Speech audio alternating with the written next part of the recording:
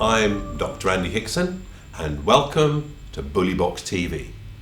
Today we are exploring issues of cyberbullying and e-safety. My guest today is a guy called Shaun. He's local, and Shaun, welcome to Bullybox TV. Would you like to introduce yourself to the viewers? Hello, my name's Shaun Underhay. I'm 27 and I live here in Weston-super-Mare. Great. Shaun, tell us a little bit about yourself. What are your interests, your hobbies? What do you get into on a day-to-day basis? Well, I'm a keen musician. I'm in a band called the Neuros, and I'm a big football fan as well. Support Bristol City, unfortunately. I'm also a referee, or I will be, as of September 2013. Wow. Okay, that's impressive. So you're just about to take your referee certificates, are you? I have qualified already. Oh, you have? In February of 2013. Oh, well done. I start properly in September. Okay, so do you know what your first match is going to be? I don't know yet, but I'm in touch with the local managers and they'll be directing me as appropriate. Brilliant. Well, I look forward to hearing about that. Thank you. Now, I understand that you have suffered some cyberbullying or some online bullying in your life. Is that right? Yes. Would you like to tell us a bit of the history? I mean, how did it start and how did it make you feel? It started, well, it got progressively worse, really. I mean, it did start, I think that's the thing with bullying, is it starts as isolated incidents by individuals towards individuals, but then I think because it becomes more of a social expectation thing, I think with any form of bullying in any community, that's very often how it is, because I think people feel obliged to fit in. I think what made my bullying experiences, online bullying experiences I should say, unique was the fact that it was done on an internet message board, on a music related board, where the individuals concerned were using tactics such as, it's difficult to describe what the tactics, but it became so intense towards the end especially that it actually resembled a hate campaign. A bit of bullying I've had most of my life. Bullying in any form is wrong, however when it becomes a hate campaign, that's when. So do you think they had some kind of personal vendetta against you or something? Again, the more it went on, the more it became a personal vendetta. I think there was factors that did contribute to that. I fell out with some of the wrong people who I was friendly with, and I had a difficult experience at a concert I went to with a number of them where I had a lot of bad luck and they had to bail me out, and I can understand why it annoyed them and how I had to learn from it and grow as a person, which I did. I feel I did anyway. At the time they didn't see it that way. Okay. And I think it became, although I realised why they might have been angry, I think it became ammunition to stir up even more hatred. Right, so you originally knew who your tormentors were? That's a tricky one, because I think the thing often with bullying is you don't realise that people are actually tormenting you, as it were, until it gets to a certain stage, because a lot of the people were my friends and they would use tactics such as, I'm your friend, I'm here to help you, and then they'd say something totally degrading and attack me verbally in front of, or in writing in front of a lot of people, which kind of, how could you be someone's friend and still do that sort of thing? So what kinds of things, how did it start? What was sort of one of the first things they said? A good example would be, I told someone, I posted on one of the topics about being basically, what's the term, lied to by my old housemate, which meant I was effectively forced to leave my home. And if it weren't for my mum and dad, I would have probably, don't know where I'd have gone, to be honest. And I posted about it, and because it was being related to something to do with adultery or something like that, I okay, he didn't agree with my opinion, he thought it was an inappropriate comparison, which is fair enough if that's what he thinks. However, I can't repeat what I was called. Sure. But he was calling you some nasty, vicious names. You need to shut your mouth, you need to grow up, you need to live in the real world, it's your fault because you're bad to live with. So it started off as what could probably be seen as an argument, and then it developed into what you called a hate campaign. Well, it was a hate campaign. If I'm very honest, this might surprise you, but it's only in the last... I mean, what the 2 years worth of hatred I was receiving is actually about 7 or 8 years ago now. It's only in the last couple of years or so that I've realised it wasn't just a bit of bullying, it was a hate campaign. Right. Which is... it's wrong, whatever it is, but it's... Sure.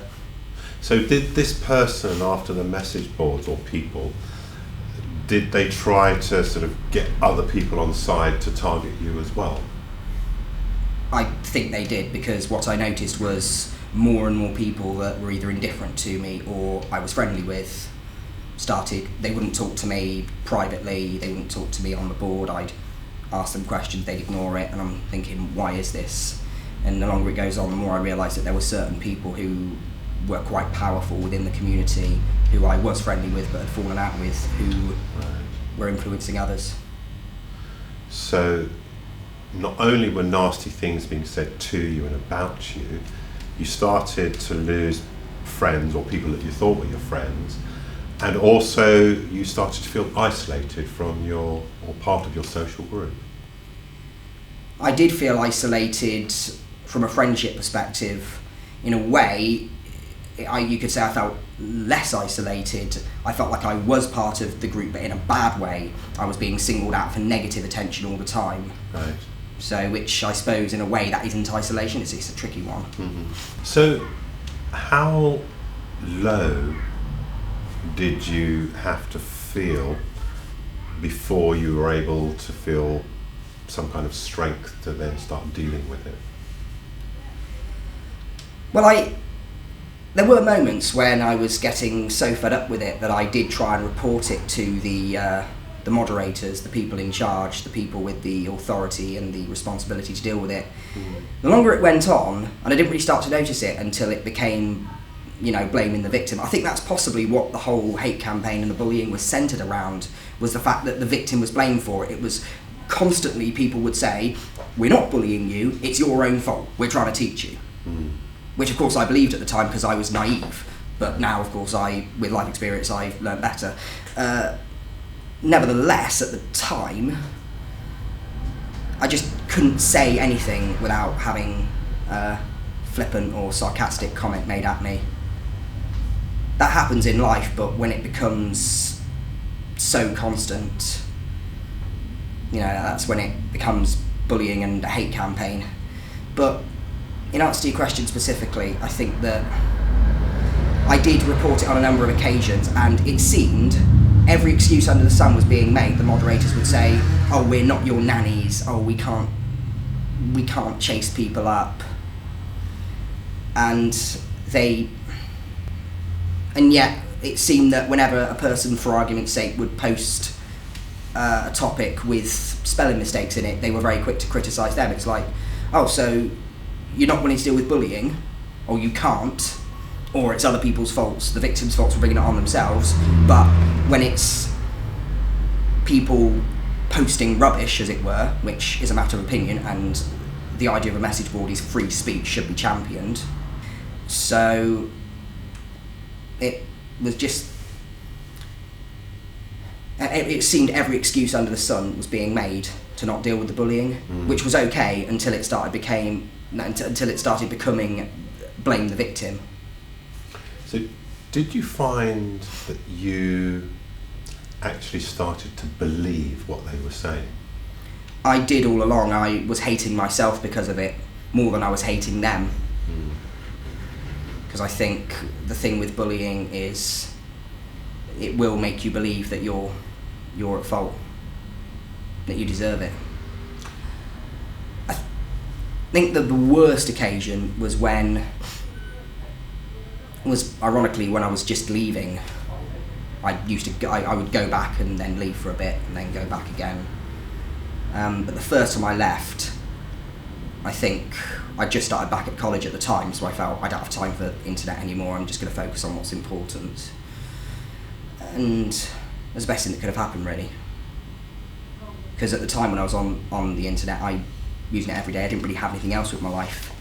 But I think I remember I got to my lowest point where I thought, I just can't live anymore. I can't live like this. I was so destroyed and so angry by it. I felt like my right to use the internet had been taken away by people who had no respect for me, who wanted to drag me down. So once you got to this low point, did you find yourself staying there for a while, or did it open some doors for you, or in your mind you think, right, I can't take this anymore? Or? Well, I remember the day when I felt at my lowest. I actually had a conversation with one of the people who was on the message board, because what I should say is that there is probably a 50-50 split between people who are actually good people who are on there for the right reasons, who I still talk to now on Facebook and even have met up with. No issues with them. I had a chat with one of them, one of the nicer ones, and he told me about how he understood, yes, I know you're being bullied. I know it's unfair, because the longer it went on, the more people started to realise it was happening, and the good people started speaking out on my behalf, which was appreciated, of course. Sure. And I had a chat with one of the nicer ones, and he reassured me it wasn't my fault, and he wasn't the first person to have done that, and told me a couple of stories about things that have happened in his life and how he's bounced back from difficult and how it's changed him. And that I felt that after that things did start to improve. There was a real kind of a real come down, moving on and getting over it, which, to be honest, this was 6 years ago now and it still hasn't gone away, and it probably never will. Right. However, it did start the healing process, as it were. So that was a turning point of when you found that you were getting support from some other people. That gave you strength to start trying to dealing with it yourself in a more confident, more empowered way, do you think? Yeah, I would say so. I think now I look at it very differently. I realise that not all of the people, as I said, but a lot of them are very narrow-minded people. So, okay, Shaun, tell us your process that you went through for starting to deal with the cyberbullying. You talked already about that you reported it to the moderators and so on. What tactics, what ways did you use to actually try and find a way for the cyberbullying to stop, and ultimately how did you dig yourself out, if you like, from the situation and started on a path of healing? It's a difficult one. I mean, apart from reporting it to the moderators, I did try and stand up for myself. I think one has to.